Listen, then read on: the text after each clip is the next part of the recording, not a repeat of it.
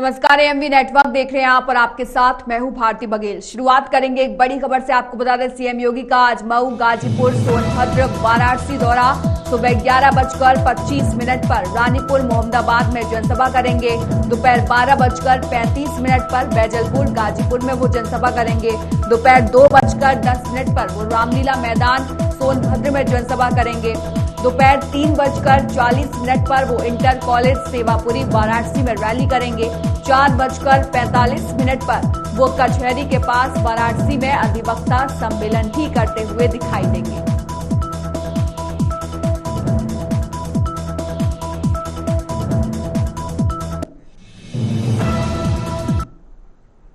इस पर अधिक जानकारी के लिए हमारे साथ संवाददाता सिद्धार्थ प्रताप सिंह फोन लाइन पर जुड़ गए हैं। सिद्धार्थ, और क्या कुछ अपडेट है?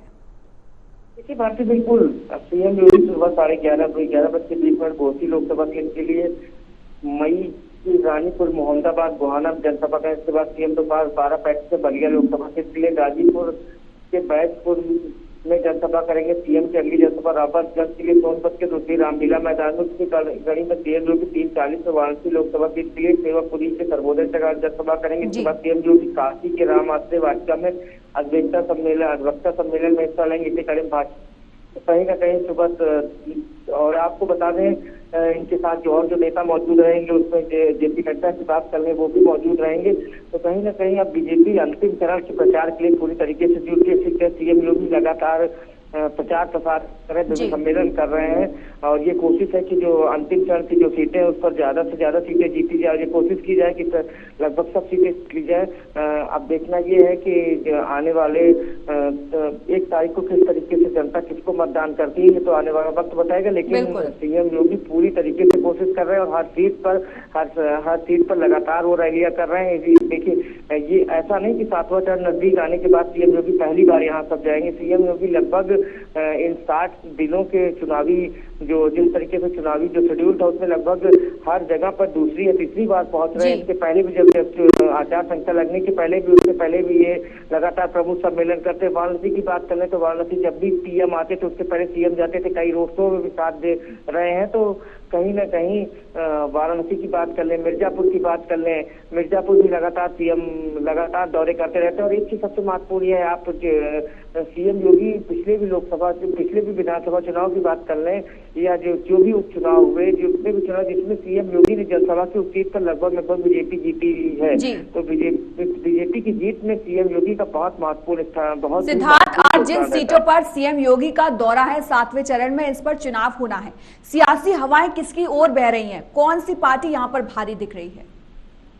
देखिए, घोसी की सबसे पहले हम घोसी की बात कर लेते हैं। घोसी की बात करें तो घोसी पर जिस तरीके से संयुक्त प्रत्याशी डॉक्टर अरविंद राजभर चुनाव लड़ रहे हैं, तो कहीं ना कहीं वहाँ सीधी टक्कर दिख रही है। लेकिन एक चीज सबसे महत्वपूर्ण ये है कि जिस तरीके से राजभर के बयानों को लेकर काफी चर्चा रही है, सीट पर लेकर लगातार जो प्रकाश राजभर बयान दे रहे हैं, इसको लेकर जनता में चर्चाओं का दौर गर्म है। लेकिन बीजेपी के जो स्टार प्रचारक हैं वो लगातार ये कोशिश कर रहे हैं यहाँ आकर के डबल इंजन की सरकार ने काम किया। डबल इंजन की सरकार किस तरीके से काम कर रही है, कानून व्यवस्था बहुत सुधार, लेकिन कहीं ना कहीं यहाँ पर सीधी टक्कर दिख रही है जो समाजवादी पार्टी की प्रत्याशी के साथ। वाराणसी की बात कर लें तो वाराणसी में एक चीज सबसे महत्वपूर्ण है, लगातार जो बीजेपी के जो बड़े नेता है वो लगातार ये दावा कर रहे हैं कि इस बार सबसे बड़ी जीत होने जा रही है। लेकिन एक चीज सबसे महत्वपूर्ण है कि अजय राय जो चुनाव लड़ रहे हैं वो भी वहीं से आते हैं और वो बड़े नेता हैं। तो कहीं ना कहीं इस बार ये देखना है कि जीत को लेकर वहाँ कोई चर्चा नहीं, जीत तो निश्चित ही मानी जा रही है लगभग, लेकिन जीत का अंतर क्या होगा इसको लेकर लगातार चर्चा है। सबसे जो महत्वपूर्ण सीट है वो मिर्जापुर है। मिर्जापुर की बात कर ले, मिर्जापुर में जिस तरीके से अनुप्रिया पटेल ने बयान दे दिया था प्रतापगढ़ में जाकर राजा भैया के खिलाफ, तो उसको लेकर भी चर्चाओं का बाजार गर्म है। और बीजेपी के नेता लगातार ये कोशिश कर रहे हैं कि जो अनुप्रिया पटेल ने बयान दिया उसको कहीं ना कहीं डैमेज कंट्रोल किया जाए और अनुप्रिया पटेल के मिर्जापुर से चुनाव जीते। कल मिर्जापुर से मीडिया से बात करते हुए मिर्जापुर में अनुप्रिया पटेल ने कहा कि डबल इंजन की सरकार ने जो काम किया उसके लिए हम वोट मांग रहे हैं और लगातार जीत का वो दावा कर रही, लेकिन जिस तरीके से समाजवादी पार्टी है वो भी किसी तरीके से वहां पर कमजोर नहीं है और सीधी सीधी टक्कर दिख रही है। बिल्कुल सिद्धार्थ, मुकाबला जो है वो इस बार टक्कर का है। और अगर मैं दिग्गजों की बात करूं, क्योंकि आपने राजभर की बात की, राजा भैया की बात की, तो इस बार के चरण में कौन कौन से दिग्गज ऐसे हैं जिनका इम्तिहान है?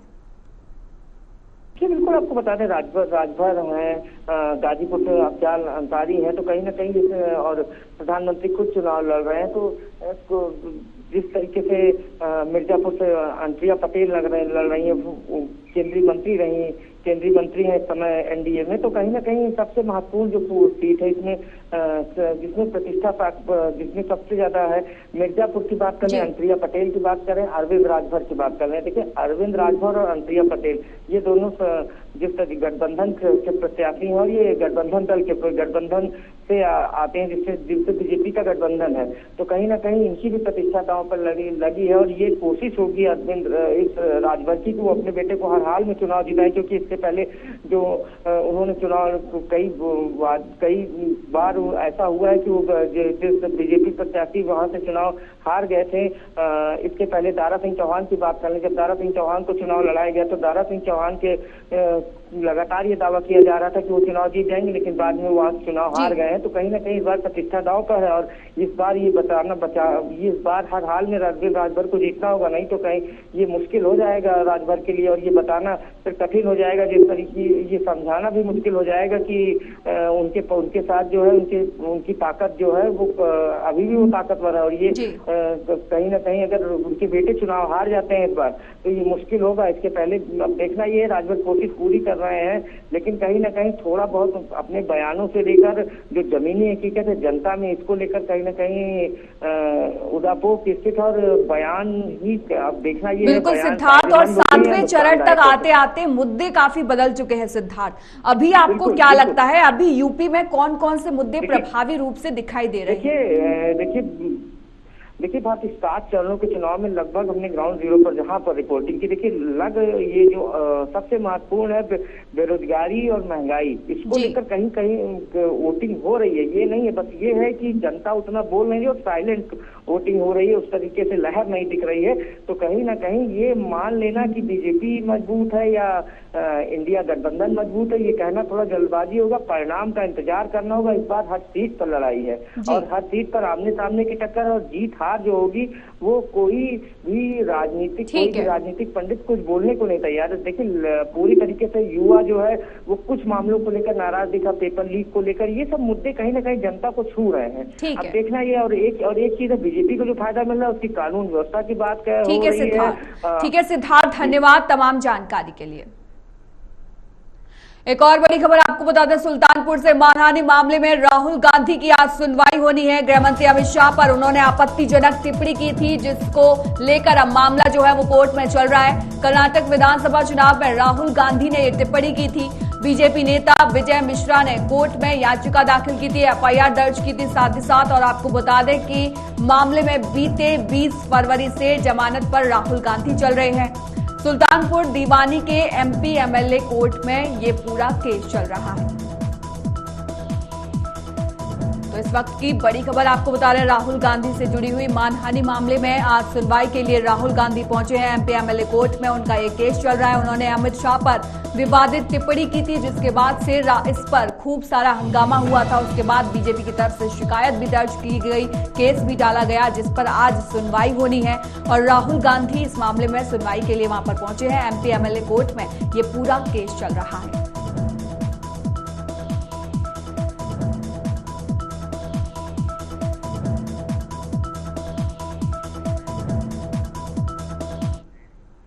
उत्तर प्रदेश के संभल में प्रचंड गर्मी के बीच तपस्या कर रहे एक 70 वर्षीय साधु की मौत हो गई है।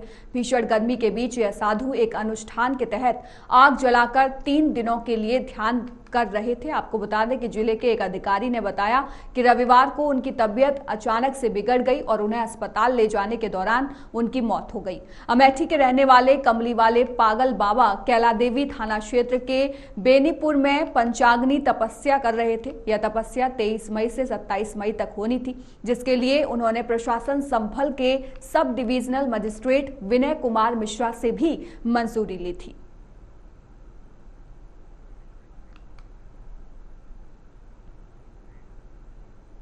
वहीं इस पर अधिक जानकारी के लिए हमारे साथ संवाददाता महेंद्र सिंह जुड़ गए हैं फोन लाइन पर। महेंद्र, क्या कुछ अपडेट है, क्या पूरा ये मामला था?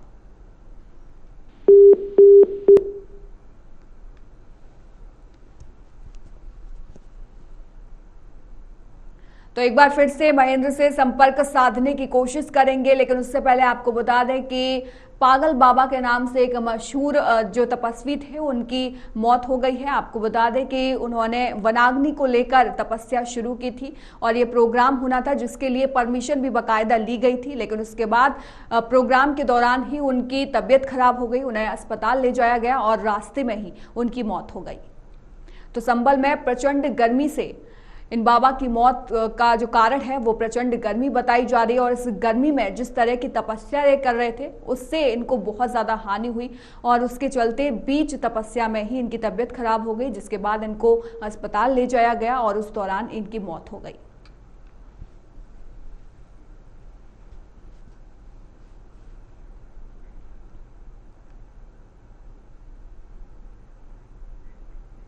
एक और बड़ी खबर आपको बता दें, गृह मंत्री अमित शाह का आज कुशीनगर दौरा है। सुबह 11:30 पर पडरौना पहुंचेंगे गृह मंत्री।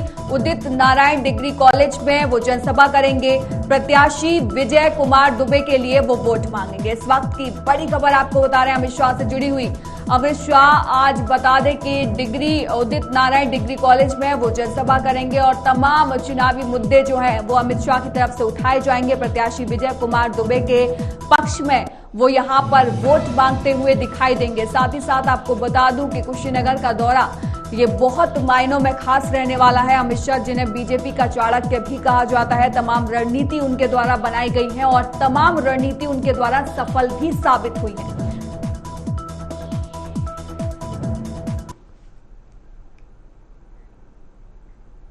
एक और बड़ी खबर आपको बता दें, गाजीपुर में अखिलेश यादव की आज जनसभा। प्रत्याशी अफजाल अंसारी के समर्थन में वो जनसभा करेंगे। दोपहर 12:40 पर अखिलेश यादव आरटीआई ग्राउंड पहुंचेंगे। आरटीआई ग्राउंड में अखिलेश जनसभा को संबोधित करेंगे। इस वक्त की बड़ी खबर आपको बता रहे हैं अखिलेश यादव से जुड़ी हुई। अखिलेश यादव आज आरटीआई ग्राउंड में जनसभा को संबोधित करेंगे। 12:40 का समय बताया जा रहा है। वहां के जो प्रत्याशी हैं, जो वहां से उम्मीदवार खड़े हुए हैं, उनके समर्थन में वो वोट मांगते हुए दिखाई देंगे। तो गाजीपुर में आज अखिलेश यादव की जो जनसभा होनी है वो कई मायनों में खास रहने वाली है। प्रत्याशी अफजाल अंसारी के समर्थन में वो यहां पर जनसभा करेंगे और लोगों से अपील करेंगे कि उन्हीं के प्रत्याशी को यहां पर जनता वोट डाले और साथ ही साथ जनता को रिझाने की तमाम कोशिशें जो हैं वो तमाम पार्टियों की तरफ से की जा रही हैं और इसी कड़ी में अब अखिलेश यादव भी इस पर सेंध लगाने की कोशिश जरूर करेंगे। तो गाजीपुर दौरा कई मायनों में जो है अखिलेश यादव का खास रहने वाला है। आपको बता दें कि प्रत्याशी अफजल अंसारी के समर्थन में वो वोट मांगते हुए यहां पर दिखाई देंगे।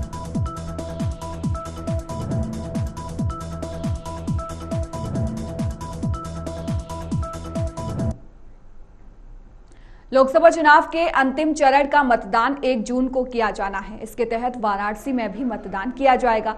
वहीं चुनाव प्रचार को लेकर सभी पार्टियों ने अंतिम दौर में अपनी ताकत झोंक दी है। इस बीच रविवार को वाराणसी के रोहनिया विधानसभा क्षेत्र के सीर गोवर्धन क्षेत्र में मध्य प्रदेश के डॉक्टर मोहन यादव ने जनसभा की। आपको बता दें कि इस मौके पर उन्होंने सपा प्रमुख अखिलेश यादव और कांग्रेस के पूर्व राष्ट्रीय अध्यक्ष राहुल गांधी पर जुबानी हमला भी किया। उन्होंने कहा कि प्रधानमंत्री नरेंद्र मोदी के कार्यकाल में जिस तरह से देश का पिछले 10 सालों में विकास हुआ है उतना पिछली सरकारों ने नहीं किया है।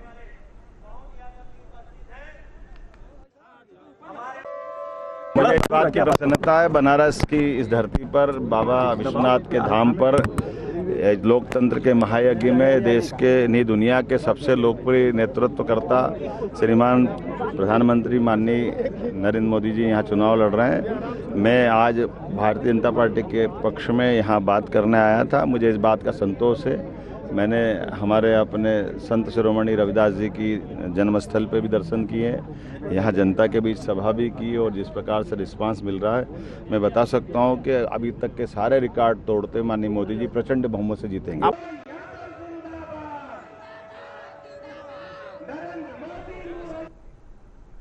दिल्ली सहारनपुर हाईवे के आस्था अस्पताल की ऊपरी मंजिल पर आग लग गई। आग पर काबू पा लिया गया है। तड़के लगी आग में भीषण रूप धारण कर लिया था। आपको बता दें कि इस अस्पताल में भर्ती मरीजों में भी भगदड़ मच गई। सूचना पर दमकल विभाग की 4 गाड़ियां मौके पर पहुंची और आग बुझाना शुरू किया। कड़ी मशक्कत के बाद आग पर काबू पाया गया। घायलों को शिफ्ट किया गया। मुख्य अग्निशमन अधिकारी अमरेंद्र प्रताप सिंह ने बताया कि अस्पताल में आग लग गई थी। सूचना के बाद दमकल की गाड़ियों को मौके पर भेजा गया। कुल 4 दमकल की गाड़ियां मौके पर थी। आग पर काबू पा लिया गया है। अंदर 12 मरीज थे और वे सभी बच गए हैं। फिलहाल कोई हताहत नहीं हुई है। आग लगने का कारण अभी पता नहीं है।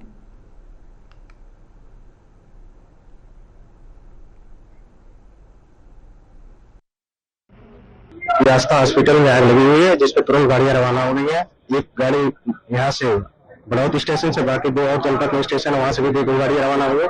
टोटल 4 गाड़ी आग पे लगी है। आग कंट्रोल में बुझ गई है और इसमें लगभग 12 मरीज थे जो अच्छे से निकाल लिए गए। बाद कोई जनहानि नहीं।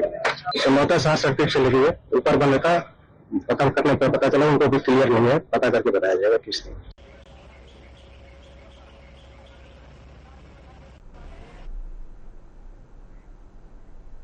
बुलंदशहर में सरकारी अस्पताल की अव्यवस्थाओं का वीडियो सोशल मीडिया पर वायरल हो रहा है। दरअसल यहां अचानक मरीजों की हालत बिगड़ने पर तीमारदारों में हड़कंप मच गया।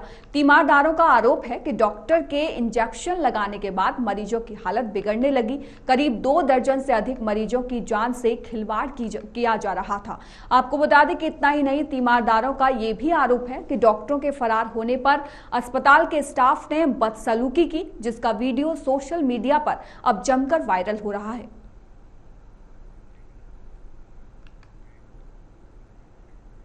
सोनभद्र के बभनी थाना क्षेत्र के डुमरगढ़ गांव में आपको बता दें कि प्रेमी जोड़े की शादी की खबर सुर्खियों में है। यहां घंटों तक चली पंचायत के बाद शादी का फैसला लिया गया और दोनों का विवाह रविवार की गौंड रीति से कराया गया। आपको बता दें कि शनिवार को म्योरपुर थाना क्षेत्र के कुंडाढी गांव में रहने वाला दीपक अपनी प्रेमिका से मिलने डुमरडह आया था और उनके बीच बीते 2 साल से प्रेम प्रसंग चल रहा था। दोनों शादी करना चाहते थे, लेकिन यह संभव नहीं हो पा रहा था। इस पर दोनों ने जान देने का फैसला करते हुए कुएं में छलांग लगा दी थी। युवक युवती को लेकर पंचायत बैठी और रात भर इस मामले को लेकर चर्चा होती रही। दोनों से पंचायत ने सवाल पूछे। पूरी बात सामने आई तो दीपक से पूछा गया कि क्या वह शादी करने को तैयार है। वहीं युवती से भी पूछा गया कि क्या वह दीपक से शादी करना चाहती है। इन सवालों पर दोनों ने सहमति जताई। इसके बाद लड़की के माता पिता से पंचायत ने बातचीत की और इस मामले में उनकी राय जानी। गांव के लोगों ने सबकी राय से दीपक की शादी करा दी।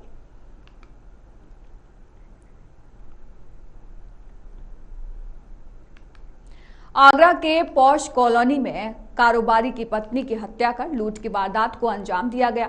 बता दें कि बदमाश ने पहले चांदी कारोबारी की हत्या की और फिर ज्वेलरी और कैश लूट कर फरार हो गया। सूचना पर पहुंची पुलिस ने मामला दर्ज कर लिया है और जांच शुरू कर दी है। यह घटना आगरा के कमलानगर क्षेत्र के आदर्श नगर की बताई जा रही है।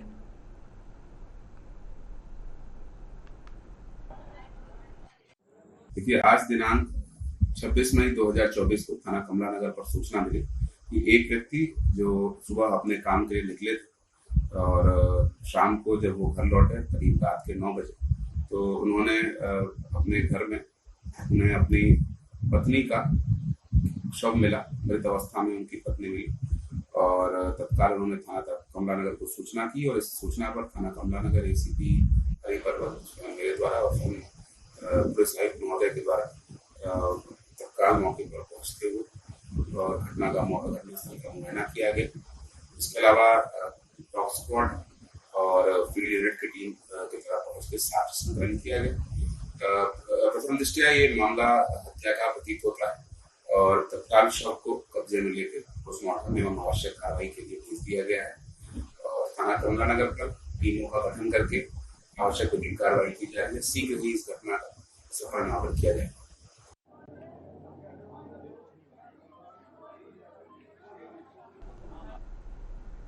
मिर्जापुर में सीएम योगी ने पीएम मोदी की जनसभा को संबोधित किया। इस दौरान सीएम योगी ने कहा कि जिन लोगों ने माइनिंग माफिया को यहां के संसाधनों पर कब्जा करने की खुली छूट दी थी, जिन लोगों ने मेडिकल कॉलेज विश्वविद्यालय के लिए मिर्जापुर और सोनभद्र को तरसाया था, उनको अपने वोट के लिए तरसाइए। उनको इस कारण से तरसाइए कि तुमने हमारी पीढ़ियों को खराब किया है। तो मिर्जापुर में सीएम योगी ने जनसभा की और साथ ही साथ विपक्ष पर उन्होंने जमकर हमला बोला। सीधे तौर पर उन्होंने सपा पर हमला बोलते हुए कहा कि सोनभद्र को जिन्होंने तरसाया है, यानी कि समाजवादी पार्टी पर उनका निशाना था, और साथ ही साथ जनता से अपील की कि उनको आप अपने वोट के लिए तरसाइए।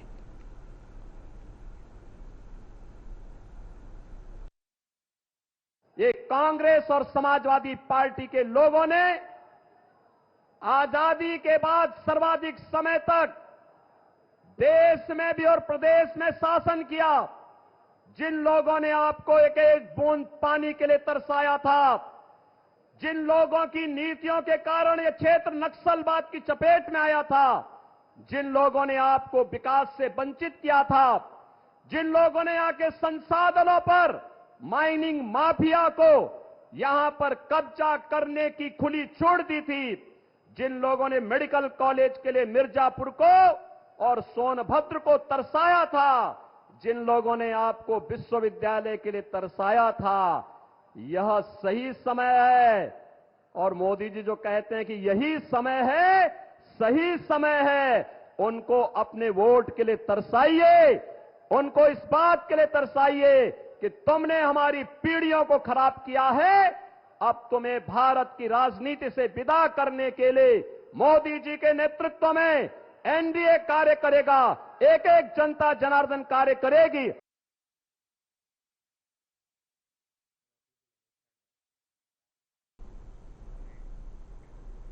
बलिया में समाजवादी पार्टी के अध्यक्ष अखिलेश यादव ने एक जनसभा को संबोधित किया। इस दौरान अखिलेश यादव ने कहा कि मैं आपसे समर्थन और सहयोग मांगने आया हूं।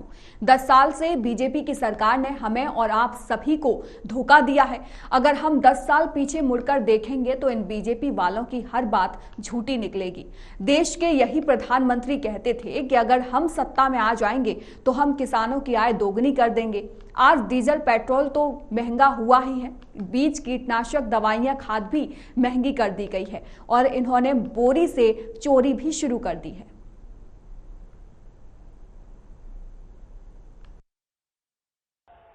इसलिए मैं आपसे समर्थन और सहयोग मांगने आया हूं। ये 10 साल से बीजेपी की सरकार ने हमें आपको सबको धोखा दिया है और 10 साल अगर पीछे मुड़ करके हम देखेंगे तो इन बीजेपी वालों की हर बात झूठी निकली, इनका हर वादा झूठा निकला।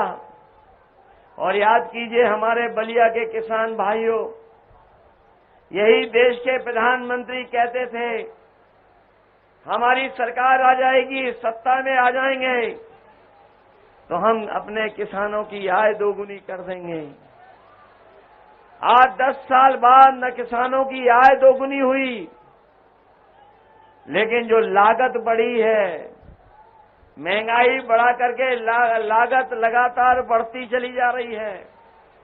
डीजल पेट्रोल तो महंगा किया ही है, बीज कीटनाशक दवाइयां महंगी हुई, खाद डीएपी महंगी कर दी और ऐसा भी देखा कि इन्होंने बोरी से चोरी भी शुरू कर दी।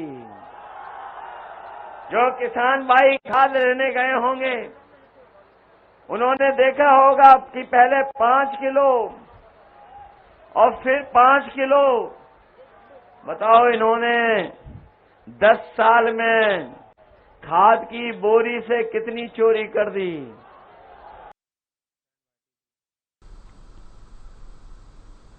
उन्नाव में पुलिस को शर्मसार करने वाला वीडियो वायरल हो रहा है, जिसमें पुलिस चौकी परिसर में हो रहे धार्मिक आयोजन में बड़ी संख्या में महिलाएं बैठी हैं। वहीं पास में कुर्सी में अर्धनग्न अवस्था में दरोगा भी बैठा है।